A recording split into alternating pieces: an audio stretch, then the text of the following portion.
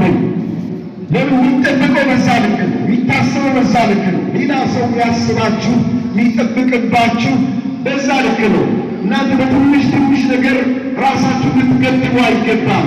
በትልቅ ነገር ራሳችሁን ማነጽ የሚጠበቅባችሁ ብዙ ስለሆነ ሐፊዞችን፣ አሊሞችን፣ ሙፍቲዎችን ከእናንተ ኢትዮጵያ ትፈልጋለች።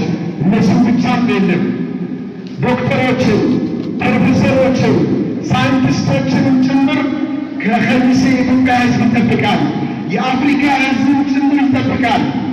ዓለምን የሚመሩ ሰዎች በእውቀትም በሀብትም በስልጣንም በፖለቲካም ከሰማይ የወረዱ አይደሉም፣ ከመሬት የወጡ አይደሉም። ከሰው ዘር የተወለዱና ጥሩ ትውልድ ያገኙ፣ ጥሩ እውቀት ያገኙ፣ ሰፊ ዓላማ ሩቅ ግብ ቀርጸው የሚንቀሳቀሱ ናቸው። ይህን ማድረግ ለእኛ ይሳነናል እንዴ? ይሳነናል?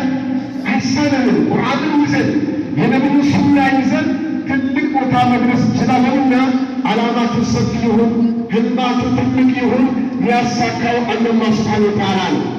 ኸሚሴ ኢትዮጵያን ሕዝብ ታስጠራለች ቢወስል የድሮዎቹ ብቻ አይደለም፣ በዘመኑም ጭምር እንደምታውቁት ወንድም ኡስታዝ ዓፊፍ ጀዛሁላህ ኸይረን አላህ ይጠብቀው ባለበት ኢትዮጵያን አስተዋውቋል ለዓለም። በዘመኑ ኢትዮጵያን ለዓለም በቁርአን በቃሪነት ያስተዋወቀ ትልቅ ሐፊዝ ነው። ይህ የወጣው ከእናንተ አብራክ ነው። ዓፊፍን የወሰዱ በቁርአን በሐዲስ